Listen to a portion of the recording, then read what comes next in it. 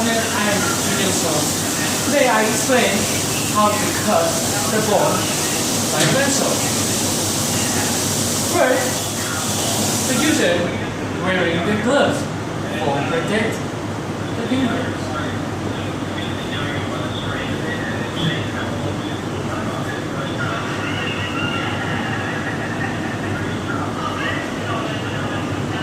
And before push the button, check the emergency button. Then push the button.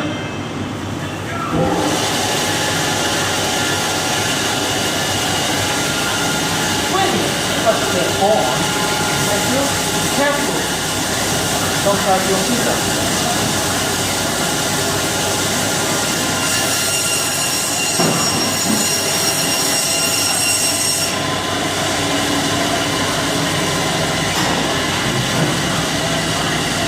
When you finish use the pencil, push the left button. Or something emergency situation, you can push the other button. Thank you.